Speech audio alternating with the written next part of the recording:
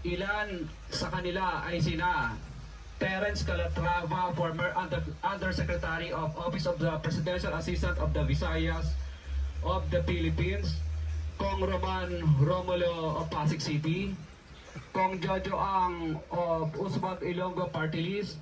Congressman Patrick Michael Vargas of Quezon City, Kong Juan Carlos Arjo Aitayde of Quezon City,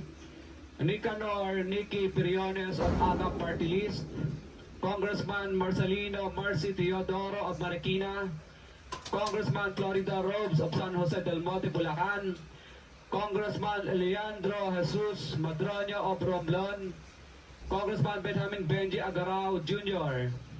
Congressman Florencio Gabriel Bemnoel of Anwaray Party List,